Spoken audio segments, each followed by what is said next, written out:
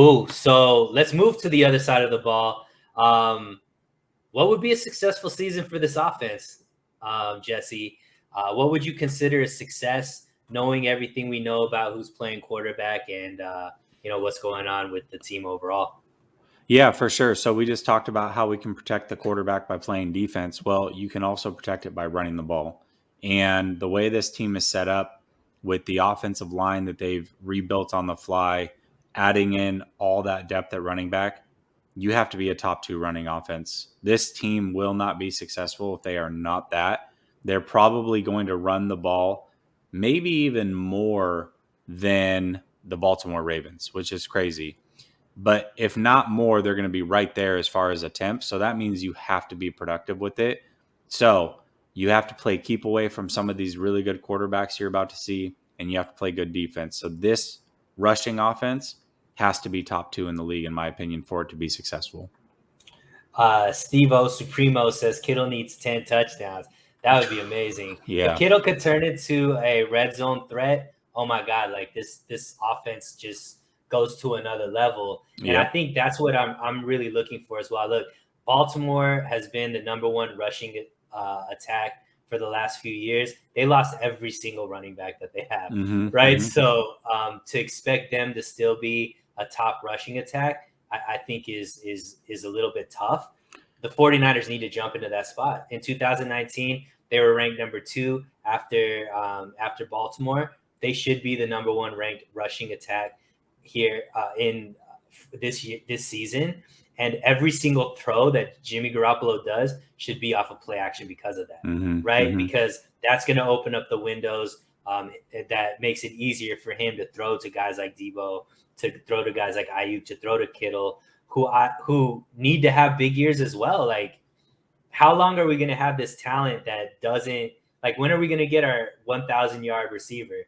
You know what I mean? Like, how long are we going to just use these guys as just kind of like the running and sweeps and all that kind of stuff, which we need to see, but we need to have that vertical game as well. And I think that only comes, especially with Jimmy playing, if the running attack is the way that, we are talking about, top 2, but I'm expecting them to be number 1 rushing attack in the league, right? I think it'll be the 49ers and then maybe Cleveland are probably the 2 that I think will be 1 and 2. Yeah, I think the Ravens will be there also, just because you still have Lamar, and they have a 3-headed veteran monster there. They have Devontae Freeman, they have Latavius Murray, and they have Le'Veon Bell. Between the 3, if they could just rotate through those guys, 10 carries a game each, like, they could probably still make it shake. So I wouldn't put them out to the pasture yet. I think that they're still going to be pretty good as far as running the ball.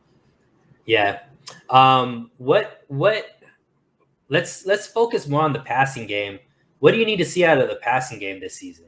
Limit turnovers. You cannot turn the ball over. Like, the number 1 job of the quarterback is to protect the football. Like, you cannot have these lapses where you're turning the ball over on your side of the 50 and putting your defense in a constant bad position. You can't have these lapses where you get in the red zone and you throw a dumb pick or you have a fumble. Those things cannot happen. So, that's the other thing I would say with this offense. They've got to be a top 5 red zone offense as well. Like, when you get there, you have to put 6 on the board. You cannot put 3 on the board, or even worse, put nothing on the board because of a turnover. You have to take advantage of all of those opportunities. So be a top tier red zone offense. And as a quarterback, whether it's Jimmy or Trey, you've got to protect the ball. That's number 1. Yeah, and I'm even looking, I need to see guys like Kittle, Ayuk, and Debo be able to have a chance to have like an 800 to 1,000-yard season as a wide receiver as well. Like, I think just having all these guys at 400 or 500 yards is just doing a disservice to the type of talent that they have. And we need to see what they're capable of, because Debo's probably coming up for, a contract extension here pretty soon. Ayuk is, a year or 2 away, right? So, like, we really need to see these guys, how good they could actually be to make some decisions in the future. And for sure.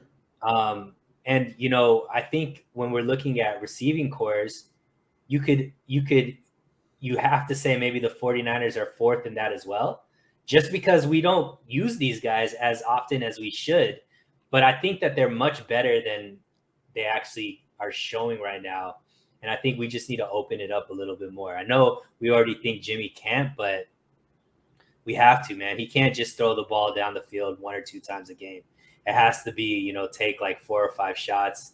And we need to get some of those big explosive down the field passing plays, at least like 3 of them a game. I think I'd really need to see out of this offense as well.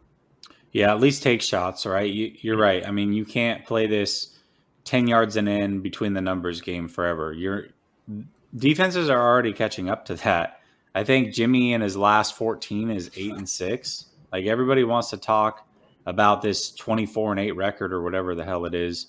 He's 8-6 in his last 14. Now that tape is out on him, can he make the adjustment? And it's really interesting with Jimmy. I don't expect that he can stretch the field horizontally. I don't think he has the velocity for that, but he certainly can stretch it more vertically. It doesn't take arm strength, I think, is misconstrued. Sometimes people mistake arm strength for being able to throw deep.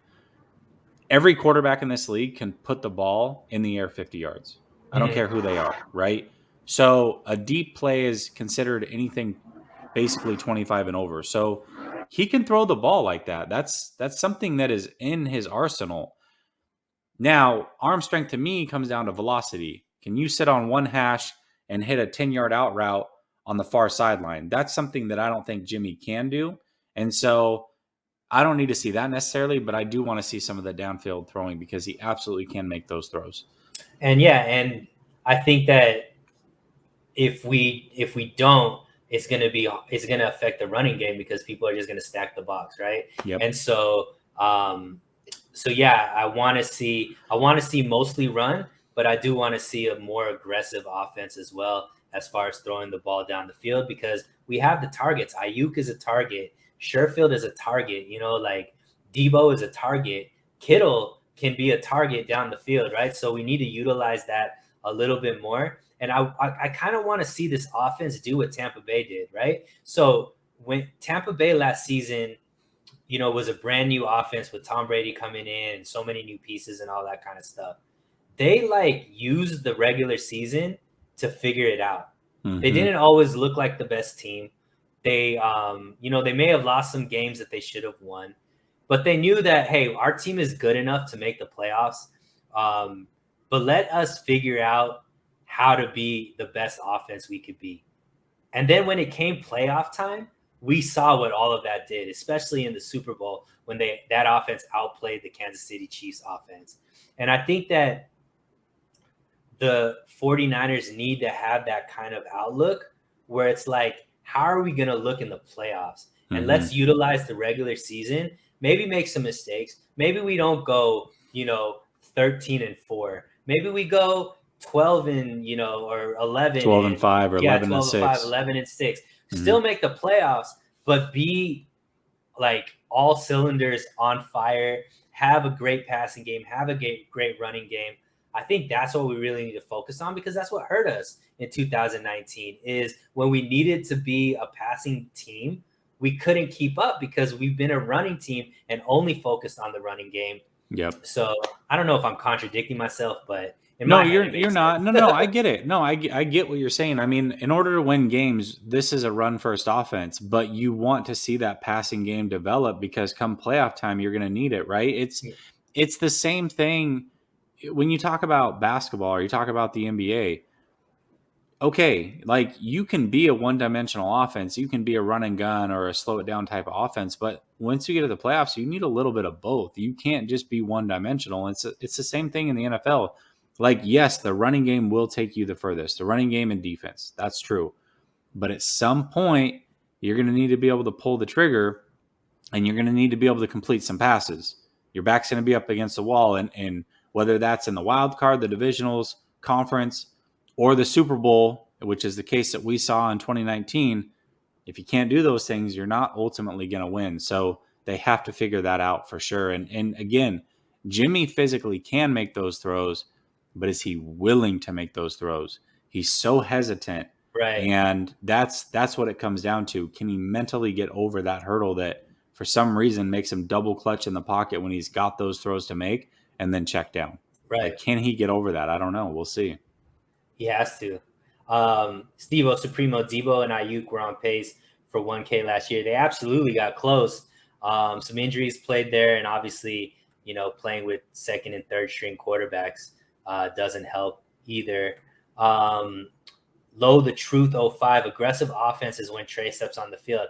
I don't think it could be like that, man. I don't think we could be one type of offense when Trey's there, one type of offense when Jimmy's there, and expect to really do anything, because defenses know at that point, they know, okay, this is going to be the more aggressive style and this is going to be the more conservative style. We need it to be in one quarterback, whether that's Jimmy, whether that's Trey. At this point, it's Jimmy. Jimmy needs to have both options. He's capable of being a more aggressive quarterback than he is right now. And I think that's what both of us are talking about, right, Jay?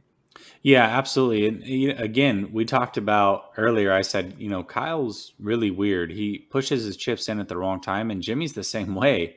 When he has a chance to be aggressive and make an easy throw, but an aggressive one, a much easier throw, he won't take those chances. But when the pocket closes in and he's got nobody open and he can't get through his reads, he'll just throw it up for grabs. It's like, dude, what are you doing? Like, you are built to be a dink and dunk quarterback, right? But you have this gunslinger mentality sometimes. So if you have that innate ability or mentality to be a gunslinger sometimes when you shouldn't be, well, then why can't you have that when you should be? So, we'll see. We'll see what happens. And, Mark says the Cowboys and Buccaneers were fighting back-to-back 7 TDs, 700 yards, and Jimmy can't do that.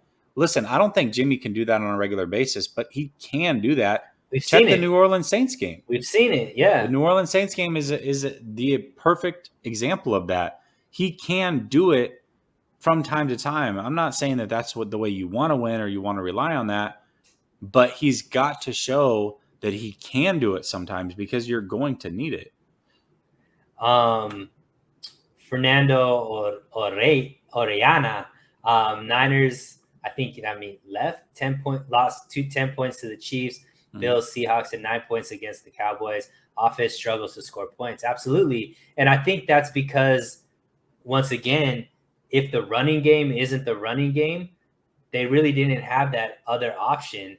And because they didn't work on it through the regular season. And I think as a fan base, if Kyle Shanahan takes that approach and is like, we're going to work on all aspects of this offense, I think we should give them that reign and be like, understand, look, this is for the playoffs. This isn't for winning every single game in the regular season. That doesn't matter, right? Let's get as good as we can. If Jimmy's our quarterback, let's give him all the confidence in the world, because we want a confident quarterback come playoff time. And at this point, it's Jimmy, right? And so that's what I think both of us are looking for. Steve Supremo says, I think everybody would say Lance will finish the season. I don't think so, man. I think this is Jimmy's team at this point. What about you, Jay? I would like to agree with that, but I thought he would start the season. So at this point, I've said it many times, I'm not in the business to make predictions if I don't feel a prediction. I really felt strongly that Lance was going to be the starter, just like I felt like he was going to be the draft pick. I don't feel strongly about anything from here on out. I don't feel strongly about the bye week. I don't feel strongly about week 10. I don't feel strongly about any point him starting. So I'm not going to say it just to say it. I don't know. I really have no clue on this. So I hope he is. I'm not positive that's the case. I don't see how 8-10 games on the bench obviously all of a sudden makes him that much better to be able to start over right. Jimmy when he wasn't able to give you that kind of confidence in week 1. So Jimmy's going to have to blow it. Like, Jimmy's going to have to come in and they're going to have to lose, like, I'll give you a good one. I think they have a stretch where they play, I believe it's the it's in October, October, early November, where they play the Cardinals and then the Rams. Like, they would have to lose both of those games, and it would have to be because of Jimmy in order for him to just get yanked, in my opinion, or he has to get hurt.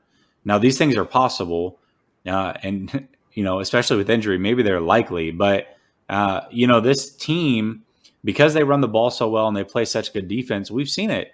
Jimmy can outright give a game away and they can still find a way to win. So if they're winning games, even if Jimmy's not playing the best, I still think that he keeps that starting job. I agree. And look, we're expecting that Jimmy isn't getting better at all. I don't think he's going to get like Hall of Fame better, but I think he's working. He understands what his flaws are, and he's a starting quarterback, or he's in the NFL. Each year, he's trying to work on getting better. I think that he'll cut down his interceptions, and I think that he'll, make better decisions. And at least he's working on it. You know what I mean? So like, we have to hope. And like I said, at this point, we're 49er fans. We're not Trey Lance fans. We're not Jimmy Garoppolo fans. That's true. Jimmy Garoppolo is our starting quarterback. I want him to be healthy. I want him to play at a high level. Yep. Mark's saying, so what? It's only one game. He's just not consistent. So you have to score. We agree, Mark. What we're saying is this season, we want to see working on being able to put up more points versus just trying to win every single game. In 2019, the regular season was just win as many games as possible. So you ran it, you were conservative with the ball, you didn't take too many chances. We know that that's not going to be a winning combination in the playoffs. We're saying take more risks, develop Jimmy to be more of a gunslinger when he needs to be, and that's going to give us the best chance to win in the playoffs. And Seahawks Kingdom makes a good point. He says all defense have to do is stop the run, then Jimmy struggles. This is true. I was going to say this. I was going to say, I hate agreeing with the Seahawks fan, by the way, but I have to give it to you. You're absolutely right about this. And the 49ers offense is a front runner offense.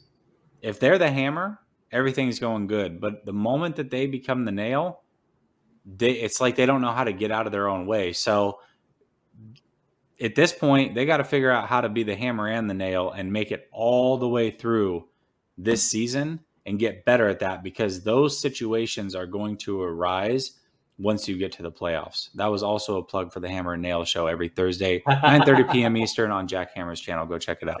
Absolutely. Great show. It's a great show, by the way. So you definitely need to check that out. Yeah. And I mean, once again, go back to the Super Bowl champs from last year, Tampa Bay. During the regular season, they did not look like the best team in the NFC, right? But come playoff time, they absolutely look like the best team in the NFC, and they definitely look like the Super Bowl champs with the way that they played. And that was because during the regular season, they used it to get better versus just win every single game. And I think the 49ers are in a position with the defense that they have, with the running game that they have, that they could be competitive with every single team that they're going to play. And they could win enough games and always go back to that to win enough games to make the playoffs. So why not take some time when you have that kind of like safety net to get better in the passing game, because you're going to need that a couple of games, especially in the playoffs. And I think that's just what we're trying to say. Oh, I hate to do it again, but I agree with this next comment. That's why the passing game is so important. The Niners don't have it. And the Seahawks, Cowboys, Buccaneers, Bills, Chiefs all have it based off good receivers, but I respect your run game. Well, listen, the 49ers have when you include everybody that catches passes, they have a very, very heavy weapon base as well with Kittle, Debo, Ayuk, Sherfield, the running backs, Juszczyk. The problem is it's the trigger man, right? And you're absolutely right about this. The Niners can win more games, and I've said this multiple times. I think the 49ers win the division. However, I think all four teams make it out of this division into the playoffs. And I think the Niners, out of all four of those teams, are the least scary when it comes to the playoffs if Jimmy G is the starter. So that's why, hopefully, for our sake, Trey Lance develops and they become a very scary team come playoff time. But even if they win the division with Jimmy, they're the least scary team out of all the teams in this division. Come January, and I really believe that. I just don't see at what point they're able to bring Trey in if Jimmy's healthy. Because I don't think I've ever seen him healthy and play at a level where you're like, he needs to be replaced. You know what I mean? Sure. So that's what's tough. And if your team is winning, I don't know if the team is going to be excited about bringing in a new quarterback. We saw what happened with Miami. they're probably a playoff team if they stuck with Ryan Fitzpatrick that whole season, right? Mm-hmm. But they brought Tua in, and it ended up being where they missed the playoffs. And, you know, they were trying to play that 2-quarterback system as well, where Fitzpatrick would come in later. And it's just like it doesn't work. So that's why I think we just need to get behind Jimmy if he's a starter and hope that he develops. Let's develop Jimmy to be the quarterback that we need. Because, like I said, we've seen it. If I've never seen Jimmy be able to do what he did in New Orleans or all those late game comebacks that he's been able to do, he has that capability. It's just he needs the confidence. And I think the play calling from Shanahan to open him up and give him the best opportunity to be able to do that. For sure. Mango, thanks for jumping in, my guy.